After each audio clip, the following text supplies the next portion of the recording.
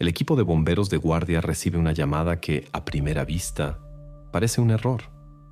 La dirección es una casa en la calle Maple, la misma que se quemó hace más de un año. La casa está catalogada como en estado de emergencia. Por dentro solo hay ruinas y la entrada está oficialmente cerrada. En el sistema hay una nota: objeto no sujeto a restauración. Nadie ha entrado allí en mucho tiempo. Pero la solicitud indica un olor acre parecido a la descomposición. Los residentes de las casas vecinas afirman que por las noches el olor se intensifica y proviene precisamente del sótano del antiguo edificio. Cuando llegan los bomberos, la calle ya está a oscuras. Es noviembre, un viento gélido, el asfalto helado. La casa se alza a la sombra de los árboles. Su fachada está cubierta de hollín. Las ventanas no tienen marcos y en las paredes hay rastros del incendio. A primera vista, es una estructura quemada común, en la que no hay electricidad ni vida desde hace mucho tiempo. Pero el olor realmente está ahí. Es denso, espeso, como si de allí no saliera aire, sino una niebla impregnada de descomposición. Provoca náuseas, ganas de cubrirse la cara con la manga. La entrada al sótano está sellada con láminas de metal que en su día soldaron por seguridad. Ahora están oxidadas y a través de las grietas escapan cortas corrientes de aire cálido. Deciden abrirlo, primero con una palanca, luego con un soplete. Cuando el metal cae al suelo con un estruendo, del interior sale una ola de un olor pesado y a humedad. Uno de los bomberos tose y dice en voz baja: «Ahí dentro hay algo». Una linterna atraviesa la oscuridad. El haz de luz se desliza por las paredes de hormigón, adentrándose en la profundidad. En el suelo hay basura, tablas carbonizadas, trozos de hierro. En una esquina algo se mueve. Al principio parece una rata, pero luego la forma se vuelve humana. Alguien está sentado en la sombra, inmóvil, pero vivo.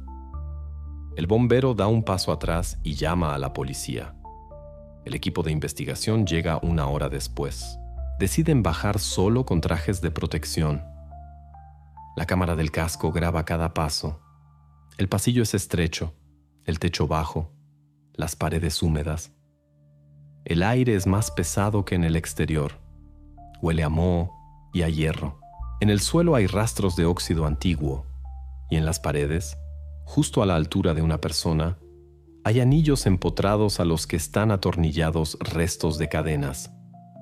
Todo esto no parece el sótano de una casa particular, más bien un lugar que alguien usó para retener a personas. A lo largo de la pared hay filas de estructuras de hierro, parecidas a jaulas. En algunas hay restos de tela, trozos de material rasgado, rastros de pintura vieja. Varias manchas en el suelo brillan bajo la luz ultravioleta. Esto indica contacto con fluidos biológicos, aunque las manchas tienen al menos un año. Con cada paso, la sensación se intensifica. Aquí ocurría algo sistemático. Y de repente, un hallazgo. En la esquina más alejada, detrás de un armario roto, está sentado un hombre. No muestra agresividad. No intenta levantarse. Simplemente mira hacia la luz, como si no creyera que alguien ha bajado hasta él. Su piel es grisácea, la mirada vacía. Las manos le tiemblan. Cuando lo levantan apenas se sostiene en pie. Los médicos constatan un agotamiento severo, los músculos atrofiados. En la piel hay rastros de fricción prolongada, similares a marcas de sujeción. Reacciona a la luz y al sonido, pero no responde. Cuando el médico le pide que diga una sola palabra, de su garganta sale un sonido ronco, parecido a una tos. Más tarde, ya en el hospital, los especialistas determinarán: las cuerdas vocales están dañadas, en la laringe hay cicatrices antiguas, rastros de una intervención quirúrgica o de un trauma. El hombre no tiene documentos, ni teléfono, ni nada que ayude a entender quién es. Su ropa es vieja, muy gastada, el calzado es diferente. En un pie lleva una zapatilla de deporte, en el otro una chancla. En sus bolsillos solo hay tela rasgada y un trozo de alambre. Todo indica que pasó bajo tierra no un mes, sino posiblemente más. Los investigadores acordonan la casa y ponen vigilancia. El sótano es declarado escena del crimen. Afuera trabajan los criminalistas, expertos en olores, médicos forenses. Comienzan a inspeccionar cada centímetro, y cuanto más encuentran, más claro se vuelve. Este hombre no llegó allí por accidente. El sótano se usaba como lugar de retención. Todo está hecho de manera premeditada. Insonorización, ventilación, puntos de anclaje. Lo principal es que ahora la investigación tiene un testigo vivo, pero no puede hablar. Sus ojos siguen constantemente a la gente, como si entendiera lo que está pasando, pero no puede ni responder ni explicar. Mientras los médicos luchan por su estado, los investigadores averiguan a quién pertenecía la casa y quién pudo tener acceso al sótano. En pocos días quedará claro. Esta dirección está relacionada con otros casos que se consideraban cerrados. Y entonces una simple llamada a los bomberos se convertirá en una de las investigaciones más complejas de los últimos años. En la habitación del hospital reina el silencio. La luz tenue de una lámpara se refleja en las barandillas metálicas de la cama. En la mesita de noche hay un vaso de agua y un pulsómetro. El hombre que encontraron en el sótano todavía no se ha recuperado por completo. No habla. Apenas se mueve. Sus ojos están casi siempre cerrados. Pero los médicos aseguran que su conciencia está intacta. La policía aprovecha este momento para realizar un procedimiento estándar. Le toman las huellas dactilares. Todo se hace en silencio. Los dedos son delgados. La piel se descama por la deshidratación, pero el escáner logra registrar el patrón. Unos minutos después, los datos se envían al sistema. El investigador está de pie al lado, observando la pantalla. Todos entienden que esto podría ser la clave. Si alguna vez fue registrado, el sistema debería dar una respuesta. Unos minutos de silencio. Luego, en el monitor aparece una coincidencia. Nombre: Alexei Korneev, desaparecido en septiembre de 2010. Último lugar donde fue visto: la ciudad de Livensk, a 200 kilómetros de aquí. Ahora el hombre sin nombre tiene un pasado. Tiene un nombre, una biografía, una familia. La policía revisa el antiguo caso de desaparición. En la carpeta hay anuncios impresos con su fotografía, la declaración de su madre, un informe sobre la búsqueda infructuosa. Desapareció después de una fiesta con sus compañeros de estudios. El teléfono estaba apagado. No se encontraron rastros de forcejeo. Las versiones de los investigadores de entonces, una partida voluntaria o un accidente. Nadie pensó que estuviera vivo. A continuación, vienen los detalles.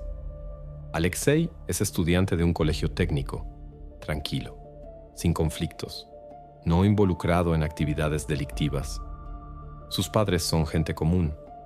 Tenía trabajos de media jornada, hacía deporte, no tenía deudas y no estaba en el radar de la policía. Su desaparición parecía accidental, pero ahora, al encontrarlo en el sótano, todo adquiere otro sentido. Queda claro, no desapareció por su cuenta. Se lo llevaron. La investigación intenta entender por qué él. Ninguna conexión con el mundo criminal.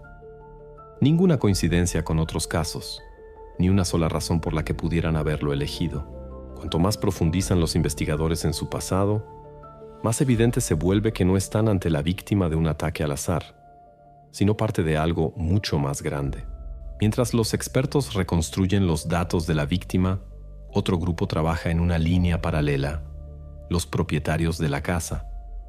Es necesario entender a quién pertenecía la construcción donde lo retuvieron.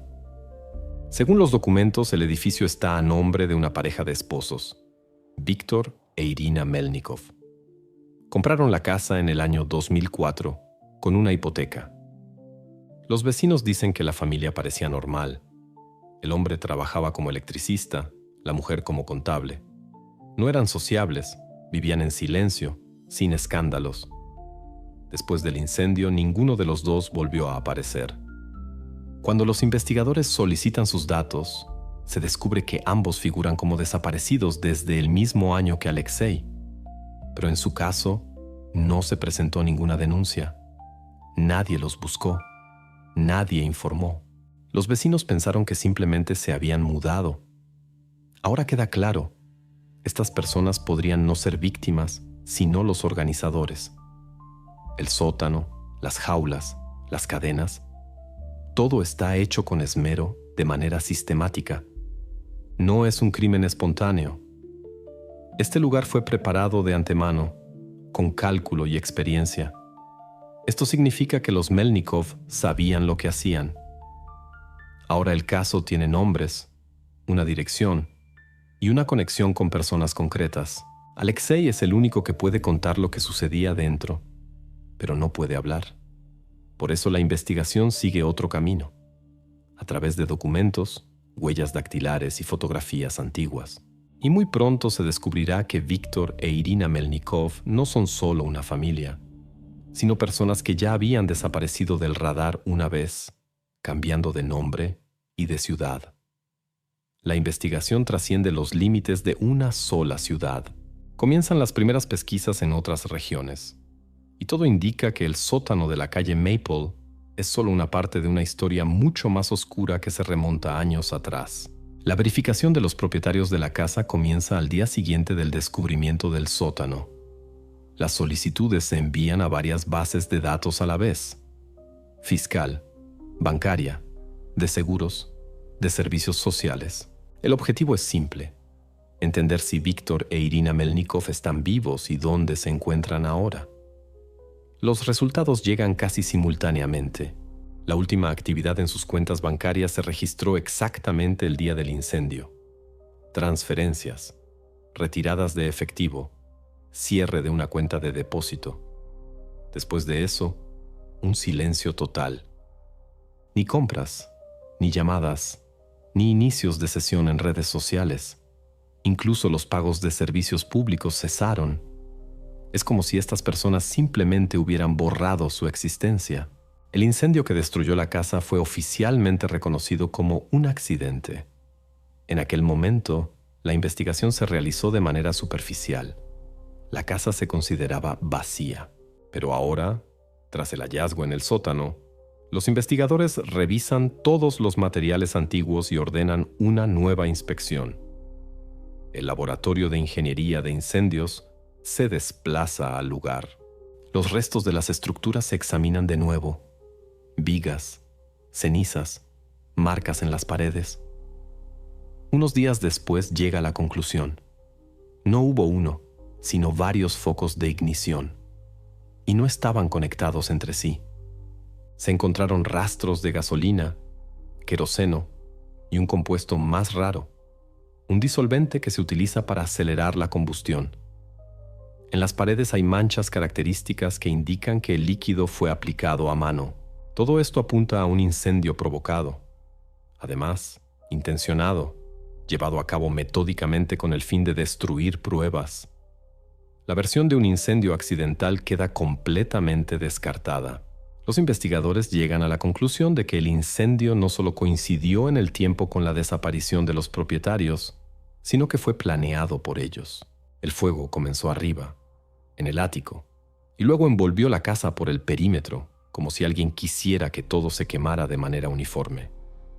Es un patrón típico cuando los criminales intentan destruir pruebas, pero lo que resulta alarmante es que, durante la nueva inspección de los escombros, no se encontraron indicios de que hubiera habido personas en los pisos superiores. Es decir, en contra de los registros antiguos, los propietarios no se quemaron, se fueron, probablemente poco antes del incendio. Ahora, ante la investigación, se perfila una secuencia. Víctor e Irina retuvieron a Alexei en el sótano. Luego, al darse cuenta de que todo podría descubrirse, incendiaron la casa para borrar las huellas. Pero algo salió mal. El sótano resultó ser más resistente de lo que esperaban y una persona sobrevivió. Cuando la policía une todos los hechos en un solo lienzo, la versión se vuelve obvia. Los Melnikov no son solo los propietarios de una casa quemada, son los principales sospechosos del caso. A su disposición tenían un sótano equipado como lugar de reclusión. Controlaban el acceso, retenían a personas, utilizaban el espacio de manera sistemática, y cuando decidieron deshacerse de las pruebas, provocaron un incendio y desaparecieron. La investigación adquiere una nueva dimensión. Se emite una orden de búsqueda federal para Víctor e Irina Melnikov, incluyéndolos en la lista nacional de personas buscadas. Sus fotografías aparecen en los noticieros y en los sitios web del Ministerio del Interior. La policía establece que, antes del incendio, intentaron vender un automóvil, retiraron una gran suma de dinero en efectivo y, posiblemente, cruzaron la frontera con otros nombres. Ahora esto no es solo un misterio con un sótano. Es la historia de una pareja que durante años vivió entre gente común y que un día se convirtió en fantasmas. La investigación tiene un rumbo claro: encontrarlos, entender cuántos sótanos más como este hubo y quién pudo haber estado en ellos antes de Alexei Kornev. La investigación se extiende más allá de una sola ciudad, y a partir de este momento la policía comienza a mirar el mapa del país con otros ojos. Tras la emisión de la orden de búsqueda, los investigadores comienzan a indagar en el pasado de Víctor e Irina Melnikov. Necesitan entender quiénes son estas personas, quiénes eran, cómo vivían y qué pudo llevarlos a lo que se encontró en el sótano. Lo primero que surge son sus profesiones. Víctor es camionero de larga distancia, un hombre que desaparece durante semanas en sus rutas, viaja por todo el país, puede estar en cualquier lugar y en cualquier momento. Un trabajo que proporciona tanto movilidad como anonimato. Su esposa Irina es enfermera en una residencia de ancianos, silenciosa, discreta, amable según sus compañeros. Siempre llegaba a tiempo, nunca tarde, no tenía conflictos. En su expediente laboral, un historial impecable. Sobre el papel, parecían una familia normal de clase media, pero cuanto más profundizaba la investigación en su normalidad, más visibles se hacían las grietas. Víctor apenas tiene contactos fuera del trabajo. En las paradas de camiones lo recuerdan, pero sin detalles. Poco hablador, siempre solo. Irina tampoco tiene amigas cercanas, ni redes sociales, ni siquiera rastros de correspondencia. Es como si ambos evitaran deliberadamente la atención. Los vecinos los recuerdan con reserva. Alguien dice que siempre se mantenían al margen. No invitaban a nadie a casa. Nunca salían al patio. No hablaban con nadie. Solo a veces, tarde en la noche, veían a Víctor sacar bolsas al maletero de su coche.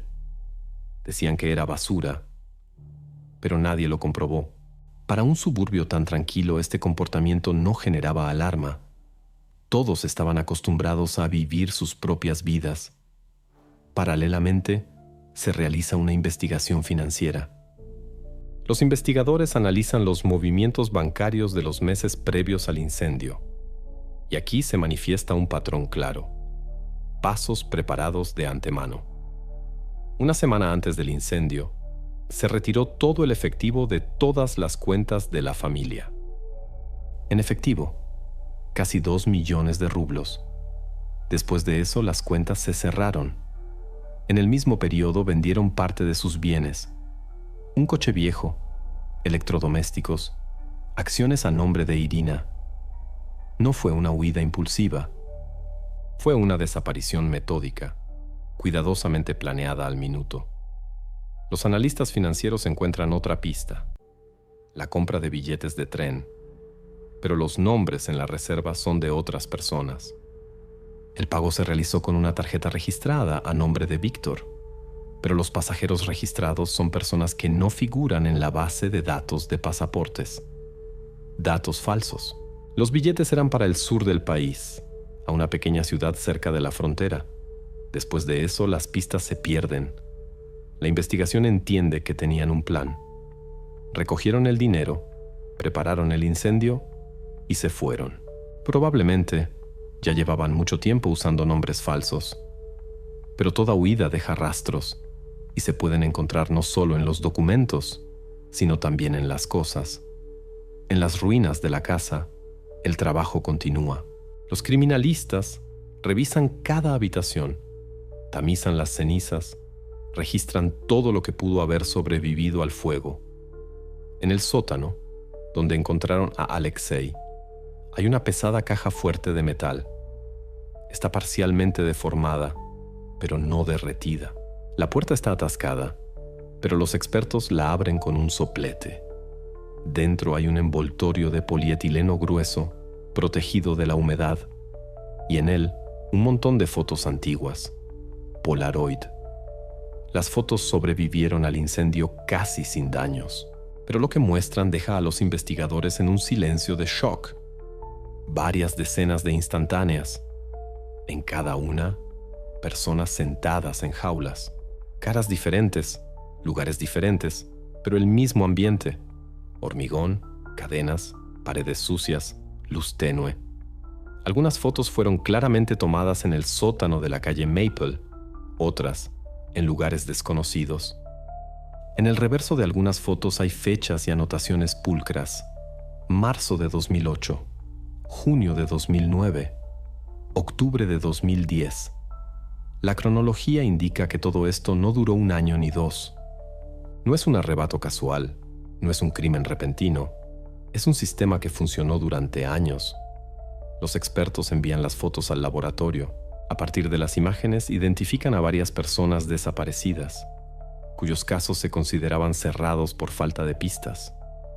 Personas de diferentes ciudades, diferentes edades, sin conexión entre ellas. Y esto confirma lo más terrible.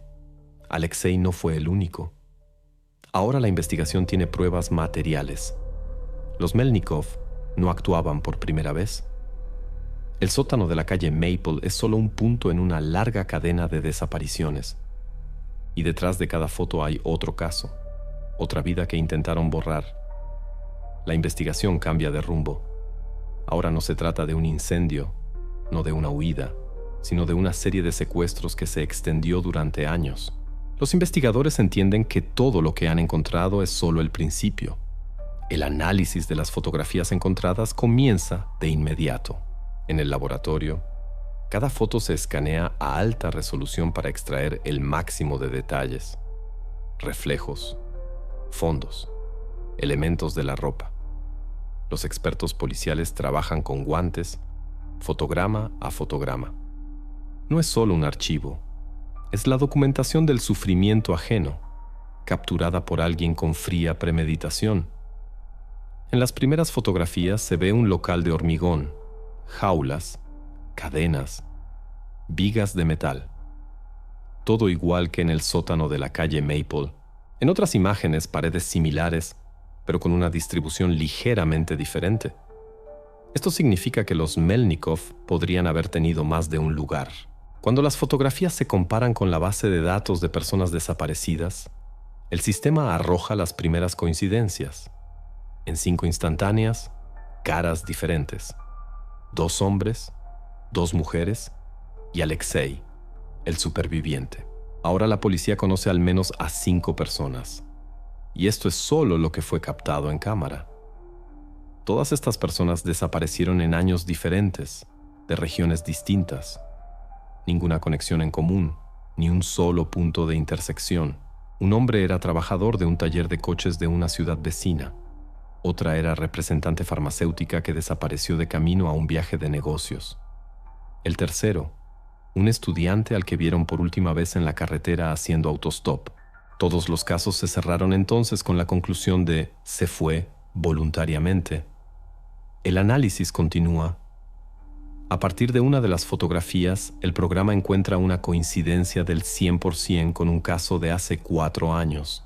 En la imagen, una chica, inmovilizada contra una pared de hormigón, con la mirada fija en la cámara. Se llamaba Svetlana N. Desapareció durante un viaje haciendo autostop. La última señal de su teléfono, la carretera cerca de Livensk. Después, silencio. Ahora queda claro. No desapareció por su cuenta, y las fotografías son lo último que queda de ella. Este hallazgo lo cambia todo. Si Svetlana desapareció en el año 2008 y Alexei apareció 2 años después, significa que los Melnikov estuvieron activos durante al menos 4 años. Durante ese tiempo, podrían haber secuestrado a personas en diferentes lugares, moviéndose junto con el trabajo de Víctor. Un camionero de larga distancia que cruza decenas de ciudades es el camuflaje perfecto. Nadie recuerda las caras de quienes simplemente pasan de largo. Los investigadores elaboran una línea de tiempo. Cada coincidencia, cada fecha, cada ciudad en el mapa, aparece una geografía alarmante. La región de Moscú, Riazán, Nizhny Novgorod, Oriol. En cada una de estas regiones en los últimos años se han registrado desapariciones misteriosas. Y ahora, entre ellas, se dibuja una conexión sutil pero clara. Mientras tanto, los criminalistas continúan su trabajo en el sótano. Examinan cuidadosamente las paredes, las rejas, las cadenas. Toman micropartículas, muestras de óxido y rastros de fluidos biológicos. Todo se envía para análisis de ADN. Los resultados llegan una semana después. En las cadenas y las rejas metálicas hay decenas de perfiles diferentes, masculinos, femeninos. Algunos coinciden con las personas de las fotografías, pero también hay otros que no han sido identificados. Esto significa que sus víctimas fueron más de las que se lograron registrar en las imágenes. El laboratorio identifica al menos 9 perfiles de ADN únicos, sin contar al superviviente Alexei. Esto sitúa la investigación en un contexto completamente diferente. Ahora no se trata de crímenes aislados, sino de una actividad sistemática y prolongada en el tiempo. La policía declara oficialmente a los Melnikov sospechosos de una serie de secuestros. Se crea un grupo de investigación especial para el caso. Comienza una verificación a gran escala de todos los casos de personas desaparecidas a lo largo de las rutas que Víctor podría haber recorrido. Los investigadores entienden que solo han encontrado la punta de lo que realmente estaba sucediendo. Les queda por delante establecer dónde se encontraban los otros locales, quién ayudaba a esta pareja y cuánto tiempo llevaban escondidos.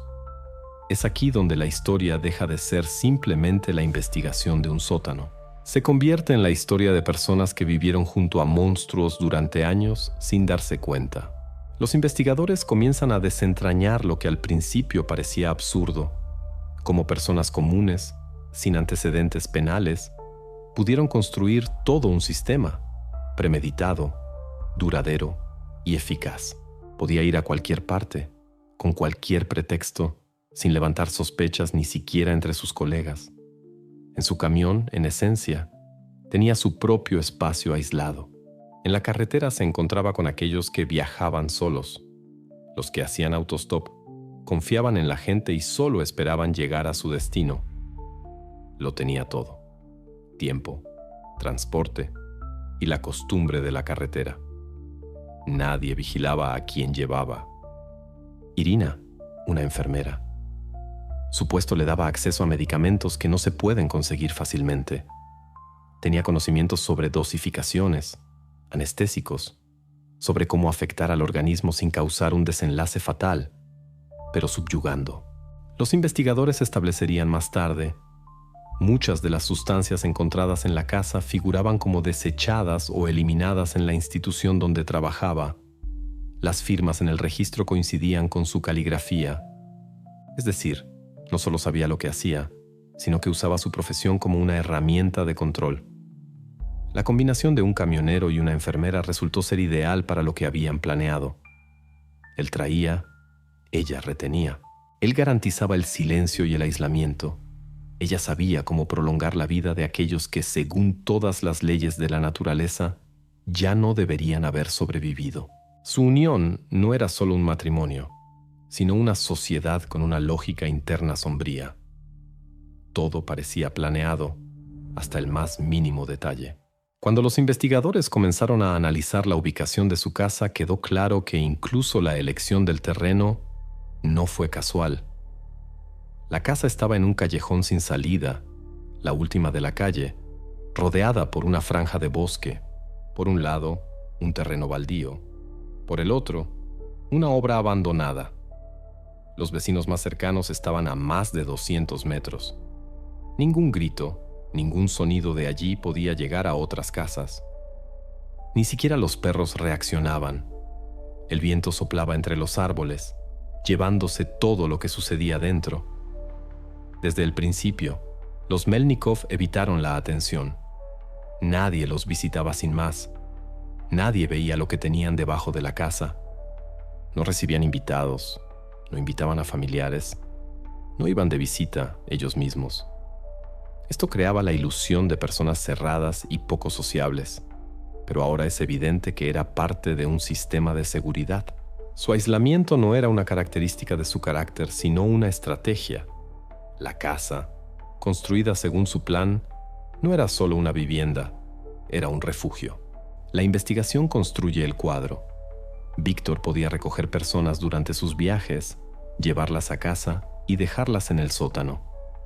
Irina vigilaba el estado de los invitados para que no sufrieran un daño irreparable antes de tiempo.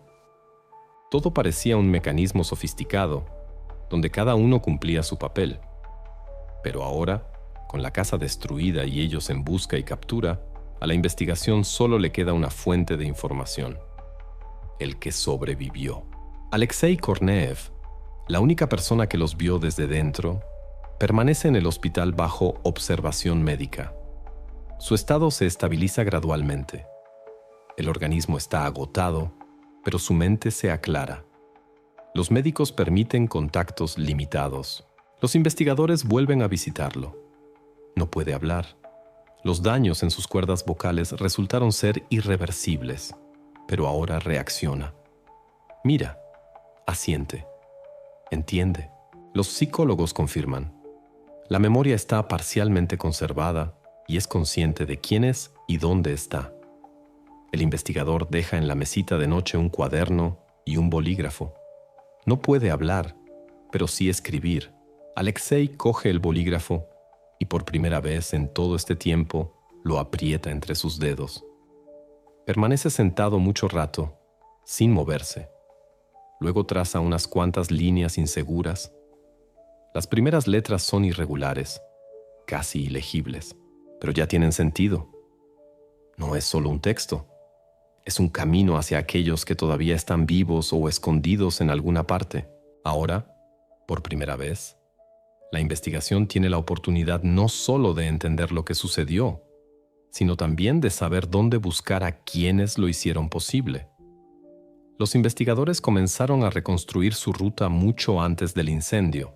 Cualquier desaparición requiere preparación, y la forma en que actuaron los Melnikov demostraba que todo estaba calculado de antemano.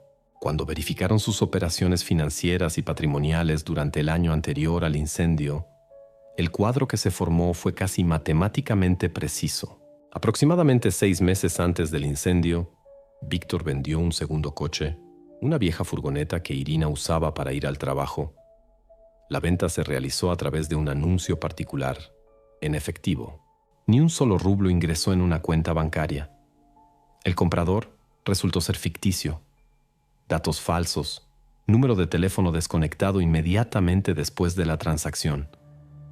Ya entonces, los Melnikov comenzaron a deshacerse de sus bienes sin dejar rastro. 3 meses después, cancelaron todas sus tarjetas de crédito, incluso las más pequeñas, de bonificación, de descuento. Los bancos confirmaron que las cuentas fueron anuladas por iniciativa de los clientes, sin deudas pendientes. Parecía limpio y tranquilo, como si simplemente planearan mudarse. Unas semanas antes del incendio, el último movimiento en la cuenta principal, la retirada de todo el importe en efectivo. Después, silencio. Ni una sola transacción, ni un solo rastro. Parecía que se habían borrado a sí mismos del sistema. Los investigadores solicitaron datos de las bases de pasaportes.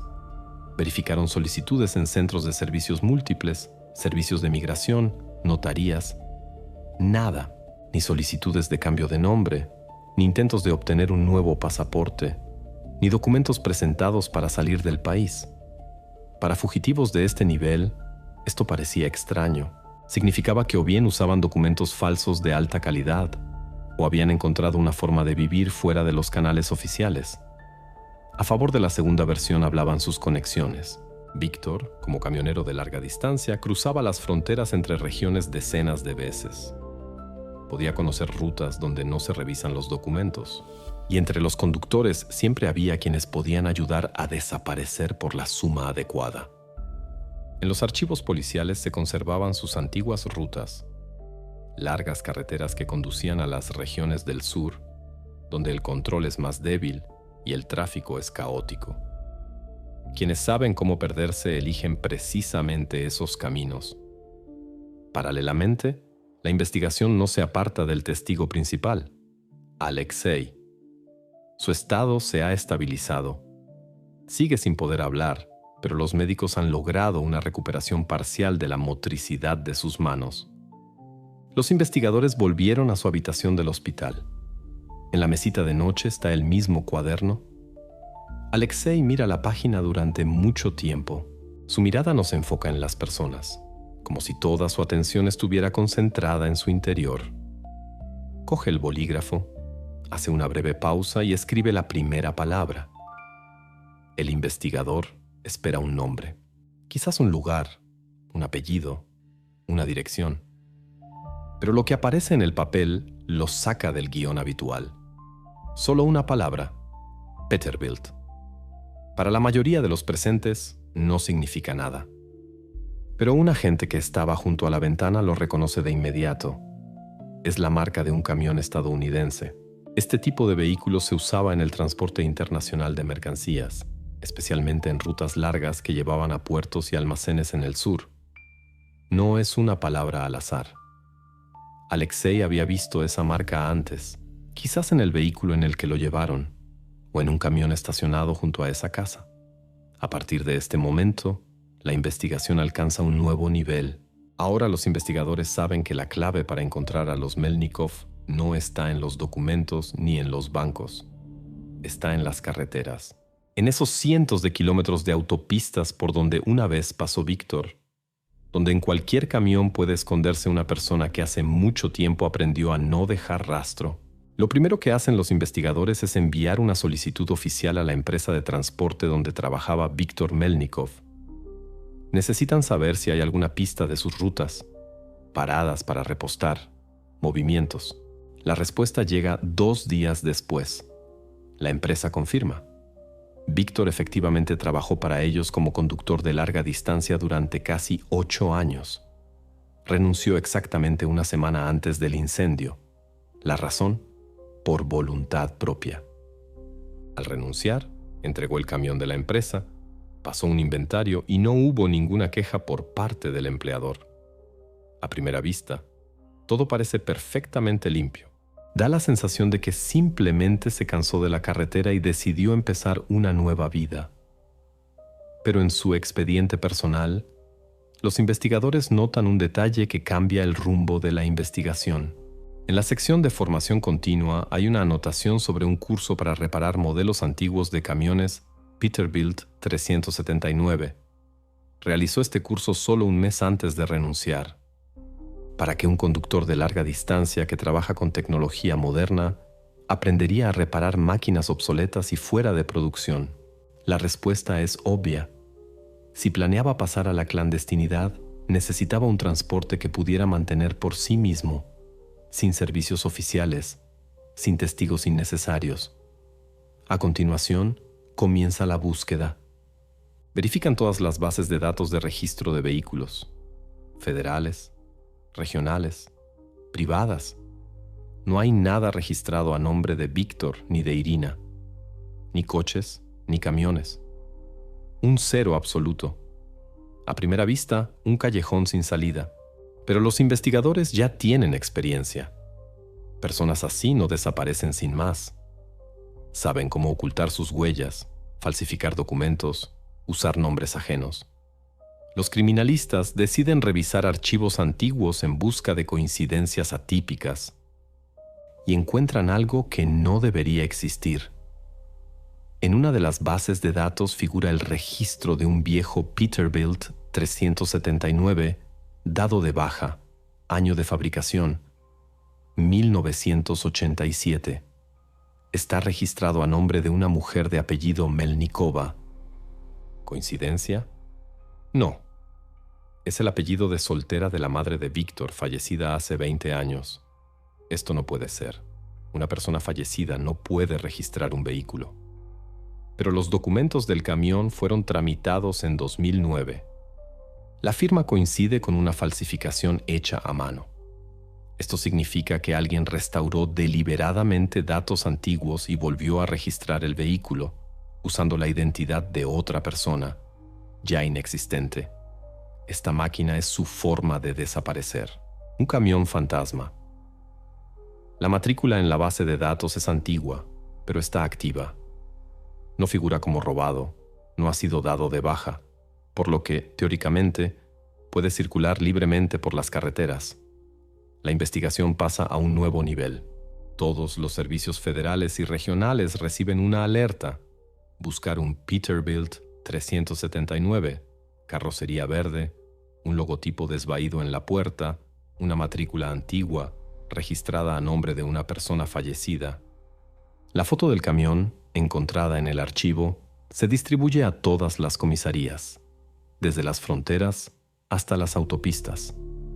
La policía activa el sistema de reconocimiento automático de matrículas. Las cámaras de vigilancia en las carreteras registran millones de vehículos al día, pero solo necesitan uno, un viejo camión que podría haberse convertido en el hogar de quienes se esconden de la justicia. La operación de búsqueda abarca varios estados. Se revisan aparcamientos de camioneros, estaciones de servicio, talleres privados. La información fluye lentamente hacia el centro de operaciones. Varios falsos positivos, decenas de camiones similares y de repente una señal. 4 días después llega un mensaje desde Wyoming. Una patrulla en la carretera I-80 detuvo a un viejo Peterbilt 379 con una matrícula similar. Al volante, un hombre de mediana edad, con documentos a nombre de otra persona, pero su apariencia coincide con la descripción de la alerta. En la caja, equipo viejo, herramientas y 2 bidones de diésel. Todo indica que no solo estaba de paso, sino que vivía en ese vehículo.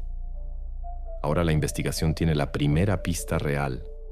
Lo que parecía una palabra al azar, escrita por la mano de un testigo mudo, resultó ser la clave de toda la cadena. Alexei no solo recordó el camión, sino que señaló el transporte en el que podrían haberlos llevado, y posiblemente a quienes todavía están en libertad. El mensaje de Wyoming llega temprano en la mañana. Contiene un breve informe de un patrullero, pero son precisamente estas observaciones casuales las que a veces se convierten en la clave para una captura. Escribe que vio un viejo Peterbilt verde en un área de descanso para camioneros junto a una cafetería de carretera. El camión estaba apartado, un poco más lejos de los demás vehículos. La matrícula estaba salpicada de barro, pero varios números coincidían con la alerta. El conductor era un hombre de estatura media, sin afeitar, con una gorra de béisbol calada hasta los ojos. A su lado, en la cabina, notó a una mujer que escribía algo en un cuaderno. Estuvieron allí poco tiempo, unos 20 minutos, y luego se fueron sin parar a repostar. Cuando el patrullero regresó media hora después, el vehículo ya no estaba. No fue captado ni por las cámaras de seguridad ni por los registradores de tráfico de la autopista. Esto solo es posible en un caso: si el conductor se desvió inmediatamente a un camino rural donde no hay cámaras de vigilancia. Para quienes saben cómo desaparecer de los radares, es una maniobra habitual. Esto significa que no están simplemente de paso, sino que se mueven de forma deliberada, evitando los sistemas de control. La investigación recurre de nuevo a Alexei. Su mano se ha fortalecido. Sus movimientos son más seguros. Ahora puede escribir frases. Los detectives le dan un nuevo cuaderno. No tiene prisa. Escribe lentamente, con cuidado, como si pasara cada palabra por el filtro de su memoria. Primero, detalles simples. Largo silencio. Metal. luz desde abajo. Luego, más concreción.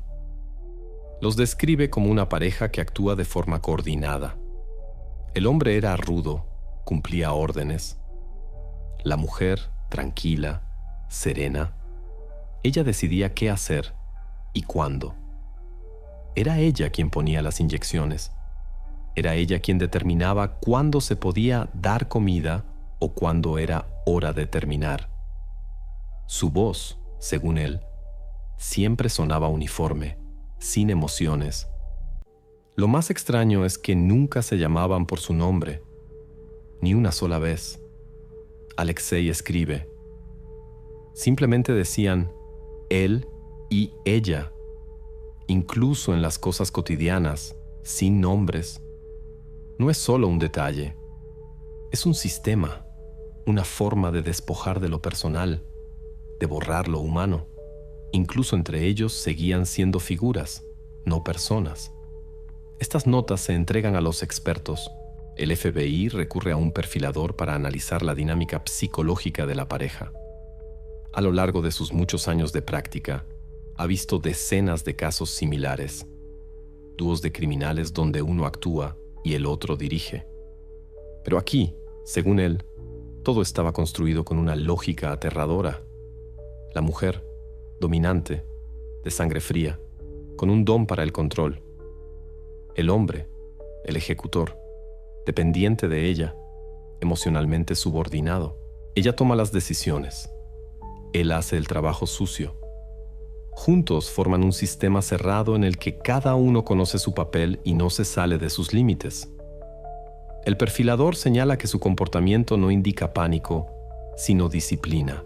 La huida no es un caos, sino un desplazamiento cuidadosamente planeado. La casa se quemó, pero su trabajo continúa. No huyen de la policía, simplemente han cambiado de escenario. Según él, parejas así rara vez cambian sus hábitos. Eligen nuevos territorios, lejos de las ciudades, más cerca de lugares deshabitados donde nadie hace preguntas innecesarias.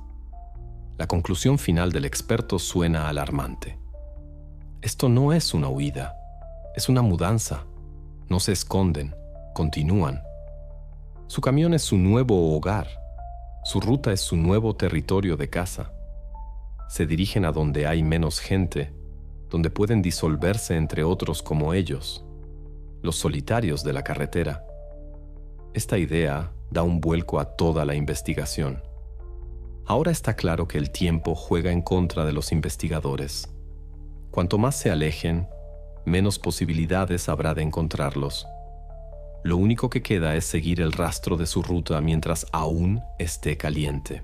Una semana después del aviso de Wyoming, cuando la pista comenzaba a enfriarse, la policía recibe una llamada de Nebraska.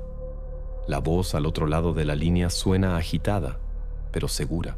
Se presenta el dueño de un pequeño motel de carretera, un hombre de mediana edad llamado Richard Holmes. Dice que vio en la televisión la alerta sobre una pareja buscada por las autoridades federales y reconoció a sus huéspedes. Se registraron hace 2 días, sin equipaje, pagaron en efectivo y no mostraron documentos. El hombre, alto, encorvado, con una barba corta. La mujer silenciosa, con gafas, el pelo recogido bajo un pañuelo. Richard señala que en sus miradas había algo de recelo, como si estuvieran constantemente escuchando. Permanecieron en la habitación casi todo el tiempo, saliendo solo de noche. Se fueron de repente, sin devolver la llave y sin esperar a la mañana. Al principio todo sonaba plausible, pero había un detalle que desconcertó a la investigación. Richard jura que no llegaron en un camión, sino en un viejo sedán azul, sin matrícula. Incluso recuerda que el parabrisas tenía una grieta y el parachoques trasero estaba sujeto con alambre. Esta declaración lo cambia todo. Si realmente son los Melnikov, significa que han cambiado de transporte. Quizás abandonaron el camión después de darse cuenta de que lo buscaban. Pero si no son ellos, entonces alguien los está imitando, o la coincidencia es demasiado extraña. Los detectives solicitan las grabaciones de las cámaras de vigilancia del motel. La calidad del video deja mucho que desear. Un sistema antiguo, imagen granulada, grabación nocturna. Pero los contornos de las figuras coinciden. La altura, la forma de caminar, incluso los movimientos característicos.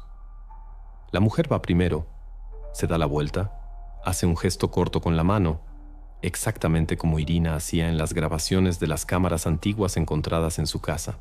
El hombre la sigue, llevando una bolsa. La investigación decide seguir esta pista. La información se transmite a través de los canales de búsqueda interestatales. Comienza la búsqueda de un sedán azul. Se revisan todas las cámaras en las autopistas. Se visionan cientos de horas de grabaciones. Varias veces, un coche con características similares aparece en diferentes estados, pero cada vez sin resultado. Las matrículas no se leen. El rostro del conductor es irreconocible. 2 días después, llega un mensaje de un puesto de patrulla en Dakota del Sur. Un sedán azul ha sido encontrado en el arcén de una autopista a 30 millas de Nebraska. El coche está abandonado, la puerta entreabierta, la llave todavía en el contacto. En el interior, olor a combustible barato, un par de botellas de agua y un periódico viejo. Los expertos llegan al lugar. El coche es registrado minuciosamente. No hay rastros de sangre, pero en el volante y en las manijas de las puertas quedan huellas dactilares. Las muestras se envían al laboratorio. Varias horas de espera y un resultado que destroza las esperanzas. Ninguna de las huellas coincide con las de Víctor o Irina. Eran otras personas. La coincidencia resultó ser un simple engaño de la percepción. El testigo no mintió.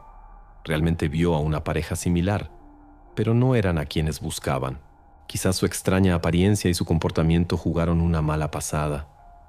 La policía pierde 2 días, decenas de horas, cientos de horas de trabajo en una pista falsa. Y durante ese tiempo, los Melnikov, si todavía están en ruta, podrían haberse alejado aún más, adentrándose en el país, hacia donde no hay cámaras, ni cobertura, ni un alma viviente en un radio de decenas de kilómetros. Este episodio fue un jarro de agua fría para la investigación. Demostró lo fácil que era perder el rumbo en esta historia. Cada nueva señal podía ser un fantasma, pero todavía tienen una referencia: un viejo camión verde. Y ahora, después de la pista falsa, la investigación vuelve a él. Porque mientras ese Peterbilt no sea encontrado, la historia aún no ha terminado. Cuando la pista falsa se desmorona por completo, el equipo de investigación regresa al punto de partida. Después de semanas de búsquedas infructuosas y decenas de pistas inútiles, se dan cuenta de que necesitan volver a indagar en el pasado, pero esta vez, más a fondo que nunca, no solo en documentos, no en informes biográficos, sino en lo que quedó fuera de los papeles oficiales. Los investigadores revisan todo de nuevo: sus historiales médicos, declaraciones de impuestos, archivos escolares, correspondencia, fotografías.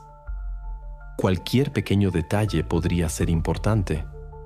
Pero la verdadera pista llega cuando uno de los analistas, un joven archivero del FBI, decide revisar no solo sus documentos, sino también los de sus familiares. En primer lugar, los de la madre de Víctor, la misma mujer cuyo nombre usó para registrar el viejo camión. Encuentra su antiguo testamento, redactado hace casi 30 años y prácticamente olvidado por todos. El documento parece normal: una casa, objetos personales, pequeños ahorros. Pero hay una línea que provoca una reacción inmediata en los investigadores. Entre los puntos se lee: y también cedo a mi hijo el derecho de propiedad sobre un terreno ubicado en el condado de Gallatin, estado de Montana. A primera vista, nada especial.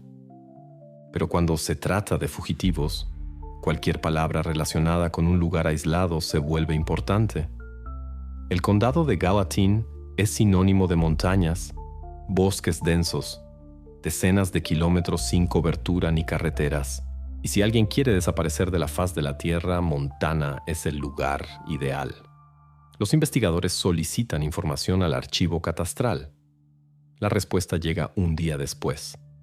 El terreno realmente existe. Tiene una superficie de más de 5 hectáreas.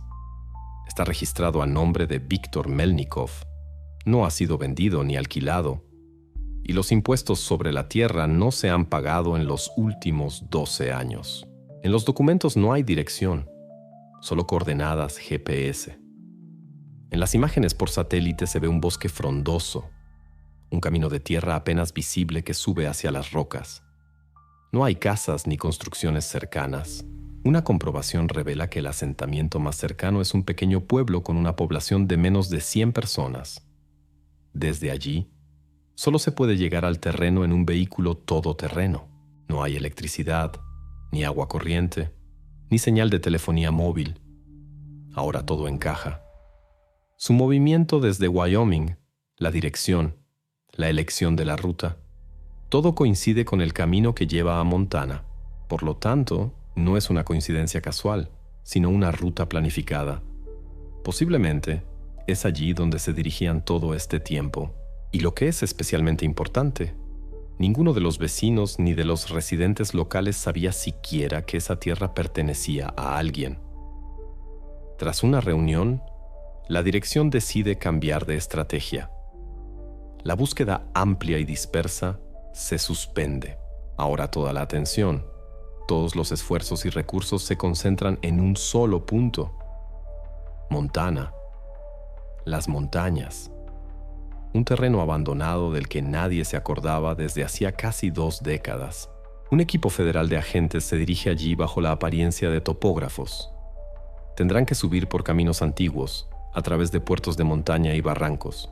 Según las imágenes por satélite, al pie de la montaña se ve algo parecido a una construcción, oculta bajo las copas de los árboles. Quizás una casa, quizás un hangar. Cada uno de los investigadores entiende que si los Melnikov están realmente allí, se han preparado para ello de antemano. Esto significa que el lugar está fortificado, bien pensado y es peligroso. Pero no tendrán otra oportunidad. Es allí, entre las montañas y el viento, donde posiblemente termine esta historia que comenzó con las cenizas de una casa en un tranquilo suburbio. La planificación pasó a una fase práctica. Toda la información recopilada hasta el momento se resumió en un dossier breve pero peligroso, del que dependía el éxito de la redada. Los investigadores acudieron a él más de una vez. En el hospital, esto se manifestó como una serie de visitas cortas y ordenadas. Un especialista en táctica operativa, un criminalista, un psicólogo, un intérprete de pistas escritas y el médico tratante. Todos acudieron con un único objetivo: obtener del testigo mudo lo que los documentos y las imágenes por satélite no podían proporcionar. La habitación fue adaptada: una mesa con un gran mapa, rotuladores, una lámpara de escritorio, hojas de papel en blanco. Él todavía solo podía escribir y dibujar. Su caligrafía era lenta, pero clara. Primero escribió unas pocas palabras que rompieron la calma en la habitación. Armas, muchas.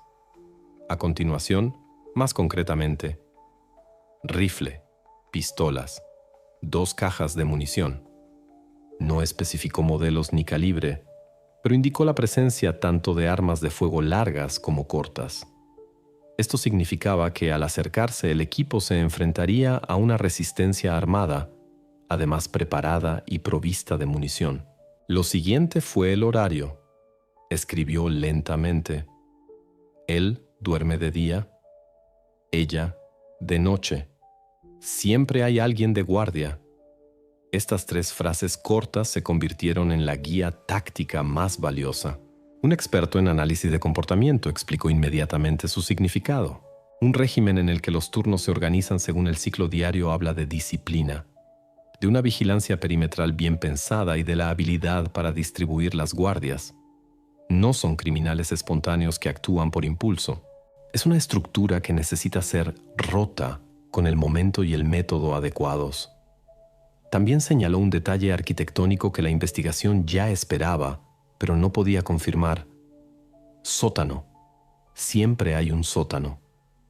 Un sector en los mapas fue inmediatamente marcado como prioritario. Los sótanos no son solo refugios. Son una multitud de espacios ocultos, tabiques y nichos que facilitan el ocultamiento de personas y pruebas. Para los agentes, esto significaba que las entradas a la casa debían ser controladas con especial rigor, minimizando la posibilidad de que los sospechosos bajaran y se escondieran en cámaras subterráneas. Sus anotaciones iban acompañadas de pequeños bocetos.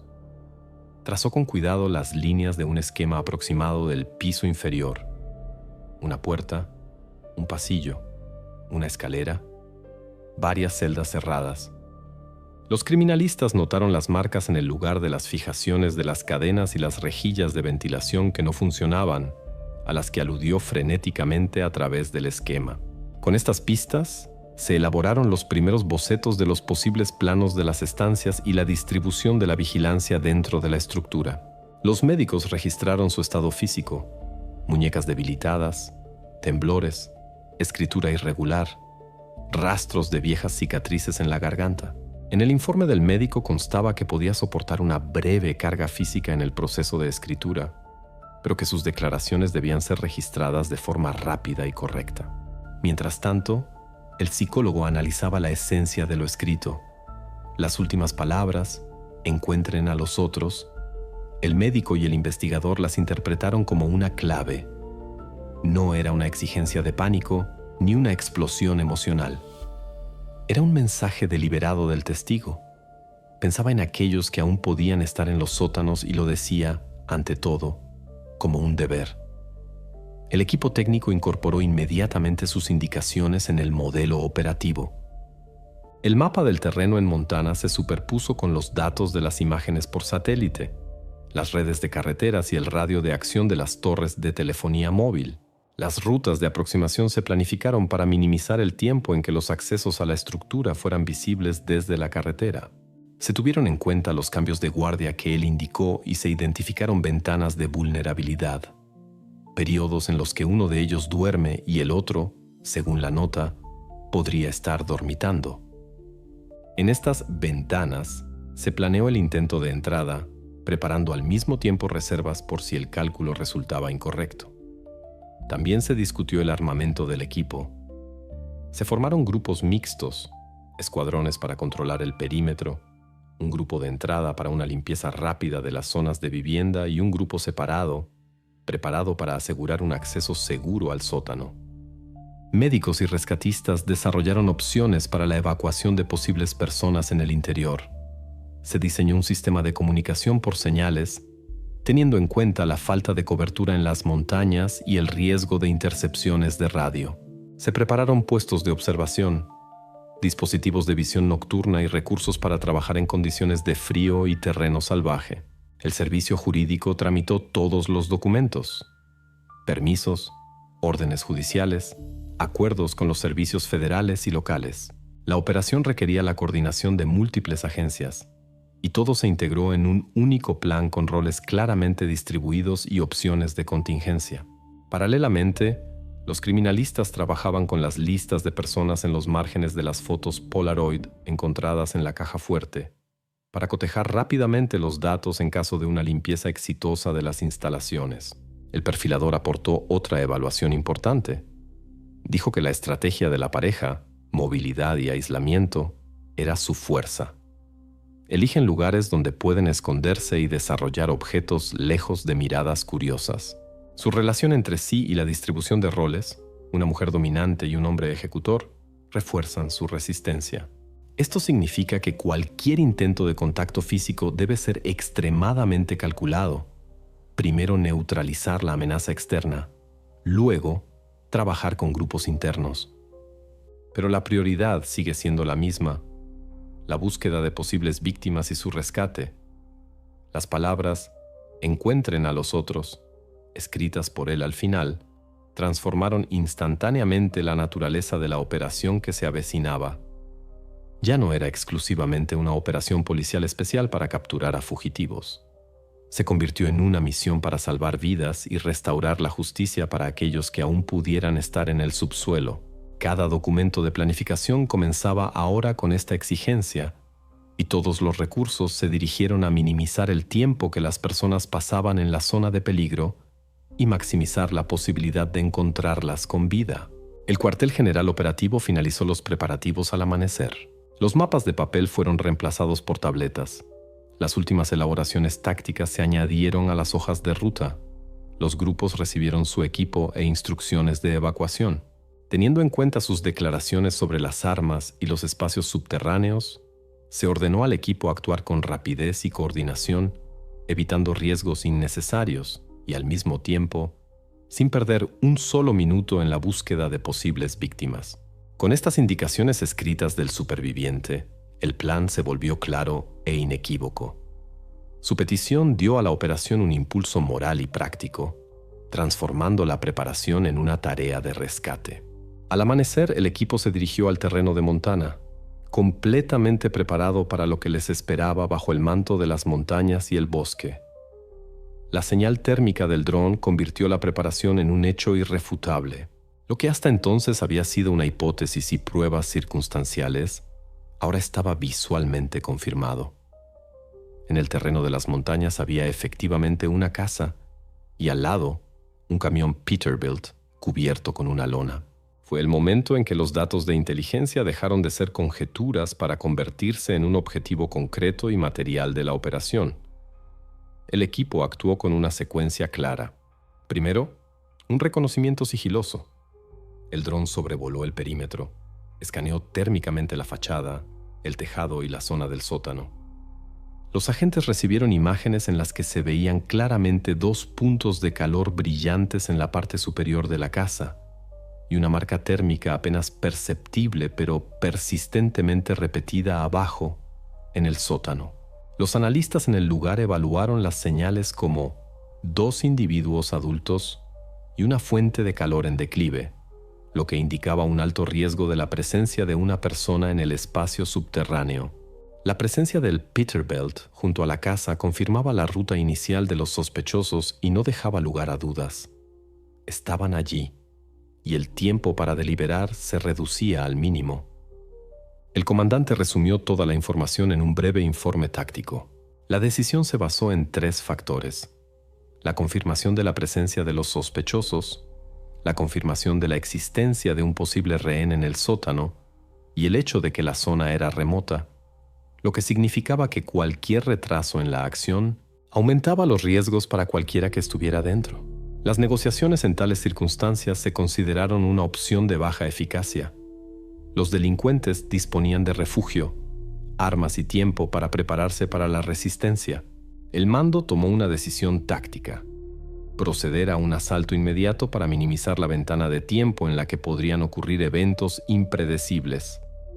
El plan de asalto era simple y pragmático. Se formaron 3 grupos principales.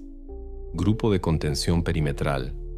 Su tarea era bloquear posibles rutas de escape, establecer control visual sobre la carretera y coordinar con los puestos de patrulla que vigilaban las entradas al valle. Este grupo debía cortar cualquier comunicación externa e impedir la aparición de terceros en la zona de operaciones. Grupo de entrada. Una unidad de asalto multifuncional, preparada para una entrada relámpago en la parte residencial de la casa. Se les encomendó la limpieza inicial del piso superior, donde se detectaron los 2 contactos térmicos. En su arsenal contaban con herramientas de penetración rápida, granadas aturdidoras para un efecto neutralizador temporal y equipo para controlar los pasillos. Grupo de acceso al sótano. Una unidad separada, equipada para trabajar en espacios reducidos y preparada para evacuar de forma segura a personas desde el subsuelo. Su tarea era asegurar de inmediato la fuente de calor detectada en el sótano y preparar la evacuación. Este grupo tenía a mano camillas, medicamentos y calefacción portátil, teniendo en cuenta el estado del posible rehén. Adicionalmente, se establecieron posiciones de francotiradores para vigilar el perímetro exterior y controlar el espacio aéreo, así como un equipo médico en la base, listo para recibir y estabilizar a las personas encontradas. Todas las comunicaciones se realizaron en modo encriptado, estableciendo una firma de radio mínima para evitar que los sospechosos interceptaran la coordinación. Antes del asalto, el comandante reiteró los escenarios de acción ante una posible resistencia.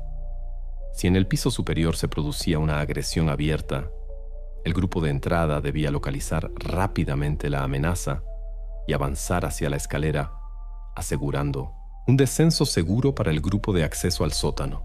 Si los sospechosos intentaban esconderse o destruir posibles pruebas, la prioridad seguiría siendo rescatar a la persona de abajo. Esta exigencia estaba por encima de la confiscación de bienes o la detención en sí misma. Los especialistas técnicos prepararon herramientas adicionales, sistemas de seguimiento térmico para controlar la dinámica de las señales durante el asalto, rampas portátiles para bloquear rápidamente puertas y un conjunto de herramientas para abrir trampillas ocultas en caso de encontrarlas.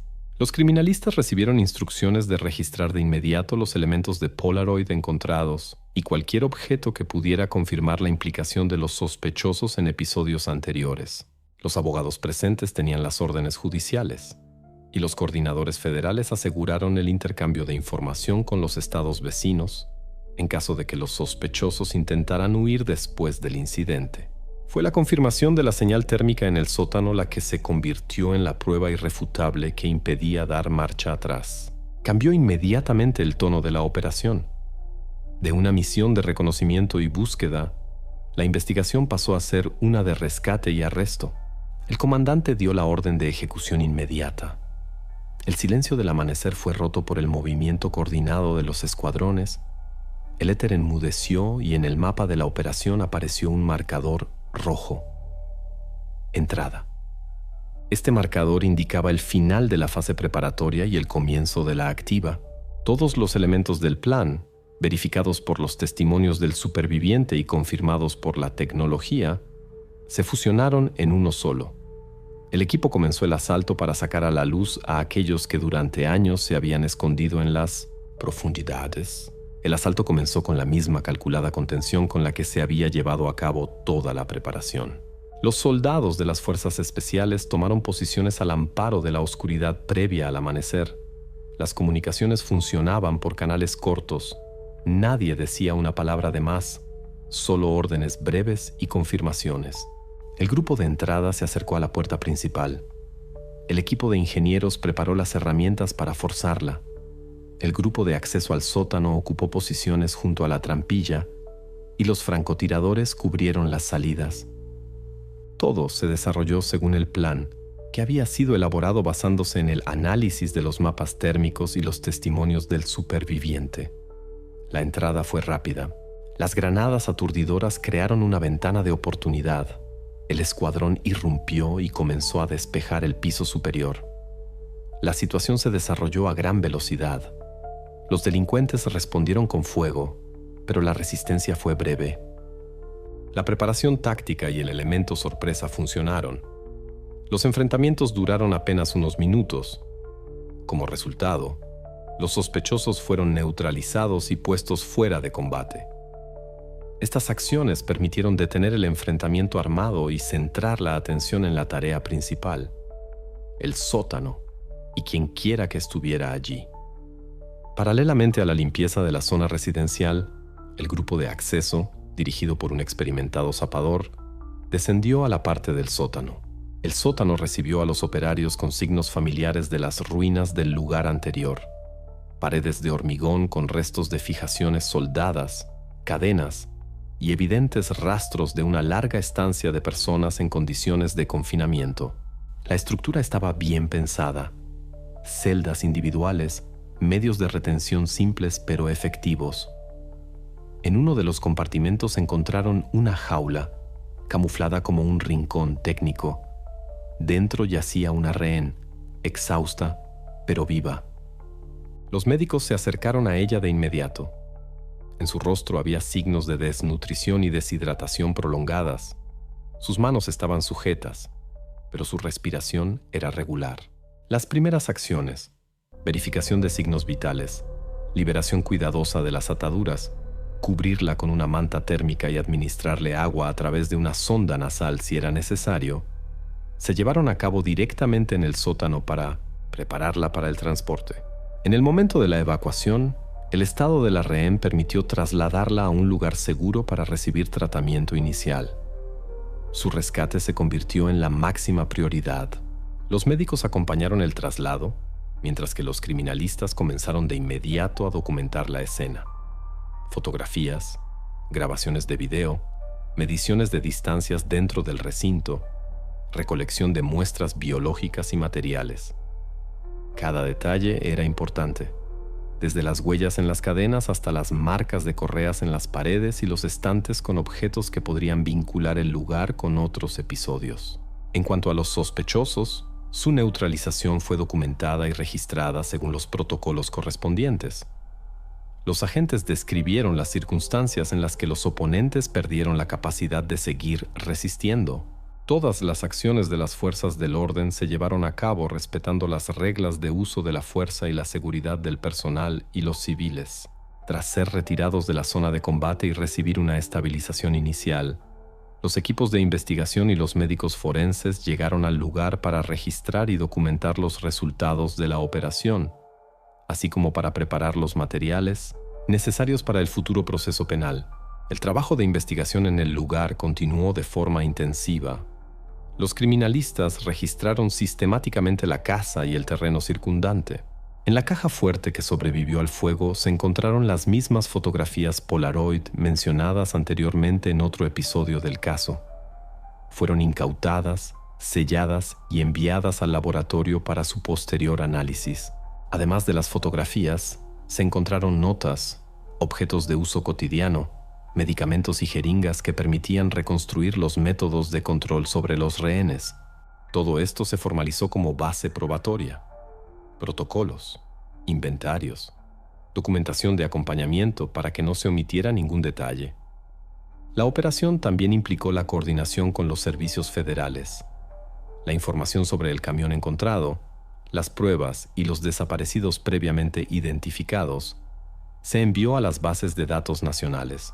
Los investigadores iniciaron solicitudes urgentes a las bases de datos de personas desaparecidas y a los laboratorios de criminalística para la recolección de muestras de ADN. Una tarea importante era establecer la conexión entre los materiales encontrados y los casos que sugerían la actividad de esta pareja en los últimos años. Se iniciaron comparaciones con muestras de ADN encontradas en otros lugares, así como con las bases de datos de desaparecidos. El final de la operación, según informó el comandante en el lugar, fue claro en sus resultados.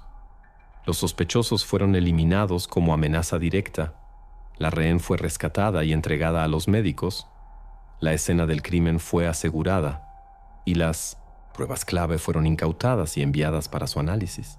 Esto significó el cierre de una gran etapa de la investigación, el largo periodo de búsqueda y el paso a la siguiente.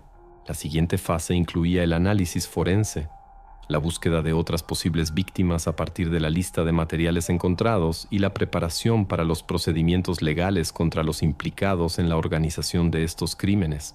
La operación concluyó con el cumplimiento de la tarea prioritaria, el rescate de una persona y la prevención de futuros delitos por parte del grupo ya desarticulado. Los materiales del lugar fueron entregados a la investigación. El enfoque del trabajo pasó de la táctica inmediata a la fase sistemática y prolongada de recolección de pruebas y procesamiento legal del caso. Cuando la voz del superviviente regresó, la investigación obtuvo lo que había faltado durante años. Se sometió a varias operaciones, recuperó el habla parcialmente, y sus primeras declaraciones oficiales se convirtieron en la base para la reconstrucción de aquella noche y de todas las acciones posteriores de los criminales.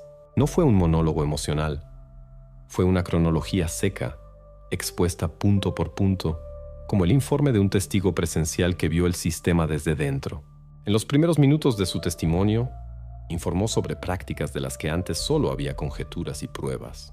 Enumeró detalladamente los métodos: privación del sueño, largos periodos de hambre, desorientación constante, alternancia de luz y oscuridad, cambios arbitrarios en el ritmo del día. Contó que les impedían deliberadamente orientarse en el tiempo, que cada acción tenía un propósito: no causar un daño inmediato, sino destruir la voluntad. Estas palabras coincidieron con los datos de los criminalistas. En los espacios subterráneos se encontraron rastros de inmovilización sistemática, medicamentos con signos de uso prolongado, marcas de sujeción de personas durante periodos de tiempo. Todo esto se convirtió en un conjunto unificado de hechos, corroborados tanto físicamente como por las palabras de un testigo presencial. Subrayó un detalle que, en su opinión, era central para entender la motivación de la pareja. Los criminales no actuaban impulsivamente ni se guiaban por un beneficio material directo. Cada privación estaba calculada. Cada método estaba dirigido a lo mismo: borrar la personalidad. Explicó que al principio parecía un castigo por una falta, luego un experimento sobre las reacciones. Gradualmente, el objetivo fue cambiando. No solo subyugar, sino convertir a la persona en un instrumento. Fue precisamente este componente psicológico, el proceso de supresión sistemática, lo que se convirtió en la clave. En el centro de su testimonio resonó una frase que sentó las bases para la evaluación de los motivos por parte de la investigación y los expertos. No provocaban un desenlace fatal de inmediato. Necesitaban que entendieras que estabas vivo, pero que ya no eras una persona. Esta formulación, pronunciada con voz serena, dio una interpretación clara y aterradora a todos los materiales encontrados. Ahora, la investigación no solo tenía una reconstrucción técnica de las tácticas y el cronograma de sus acciones, sino también una comprensión del estímulo profundo, el deseo de un control absoluto y la creación de un estado de total dependencia y pérdida de identidad en la víctima.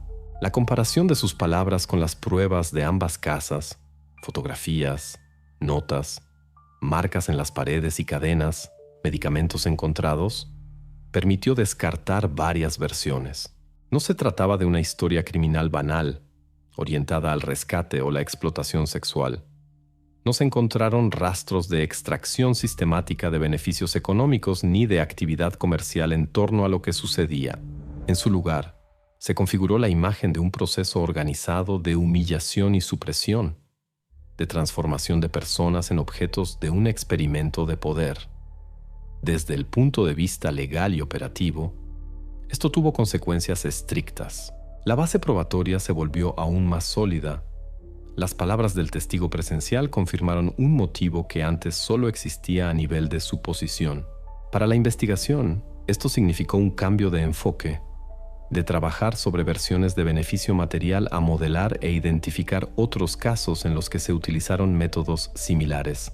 Los peritajes recibieron nuevas solicitudes: atribución psicológica del comportamiento de los criminales, análisis de los efectos a largo plazo de los métodos de privación en la psique y comparación de estos patrones con otros casos no resueltos. La declaración del superviviente se convirtió en un punto de inflexión. Transformó un conjunto de pistas dispersas en una cadena de sentido unificada. Los motivos dejaron de ser una abstracción. Ahora, la investigación entendía que se enfrentaba a un sistema deliberado y metódico.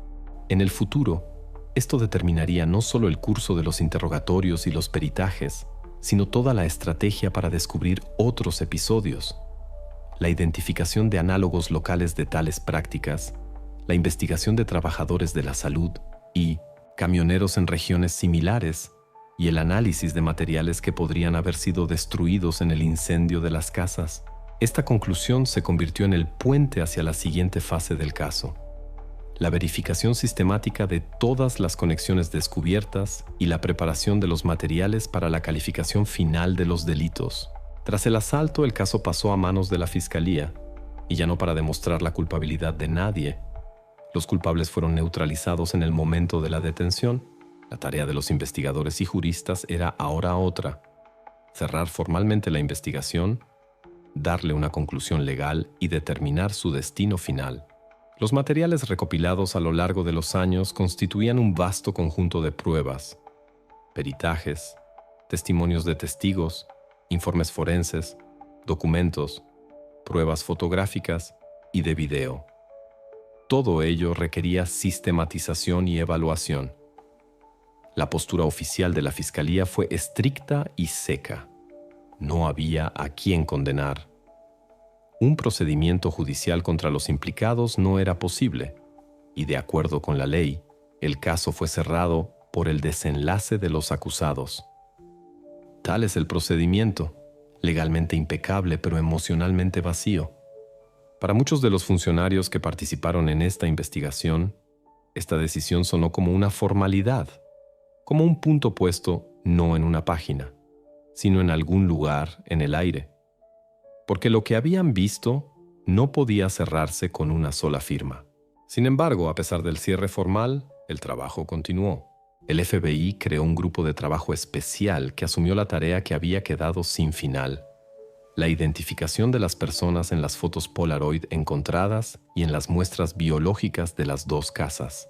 Ahora, la investigación dejó de ser una caza de criminales para convertirse en un intento de devolver los nombres a aquellos que habían sido despojados incluso de eso. Los investigadores volvieron una y otra vez a los detalles. Se utilizaron archivos de personas desaparecidas, registros de viajeros, denuncias recibidas a lo largo de los años desde estados vecinos. Mucho dependía del hecho de que las personas que caían en manos de esta pareja a menudo estaban fuera del sistema. No tenían residencia permanente, familiares o alguien que siguiera buscándolos. Esto lo complicaba todo. Entonces se recurrió a nuevos métodos: análisis comparativo de ADN, bases de datos cruzadas de diferentes regiones, contactos con familiares de desaparecidos. Cada muestra fue verificada, cada coincidencia fue revisada de nuevo. El proceso duró años.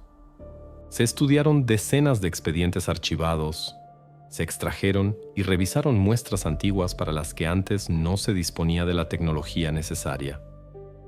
Poco a poco, comenzaron a aparecer resultados. Primero se logró identificar a una mujer que aparecía en una de las fotos, una viajera desaparecida en 2018. Su historia tuvo un final, aunque eso no alivió a nadie. Luego, varios años después, un análisis de ADN ayudó a identificar a otra persona, un hombre que figuraba como desaparecido en otro estado. Eran pequeñas victorias, pero cada una de ellas devolvía al mundo un nombre, una vida, un destino. Los demás rostros siguieron siendo un misterio. En el archivo quedaron fotografías sin descifrar, extrañas coincidencias, conexiones fragmentadas. Algunas de las personas que supuestamente aparecían en las fotos nunca fueron encontradas y sus rastros se perdían a miles de kilómetros de distancia entre sí. Con el tiempo, la investigación comenzó a parecerse a la reconstrucción de un cuadro a partir de fragmentos dispersos, donde la mitad de las piezas se habían perdido para siempre. Y sin embargo, tenía sentido. Cada hecho establecido, cada identidad confirmada, se convertía en un acto de justicia para aquellos que habían sido borrados de la vida sin dejar rastro. Legalmente, el caso está cerrado. Operativamente, ha sido llevado a su fin, pero en los archivos del FBI todavía se guardan expedientes con la nota "sin identificar". Ese es su final. Invisible, sin sentencias sonadas, sin aplausos. Solo silencio y unos pocos nombres devueltos al mundo desde la oscuridad.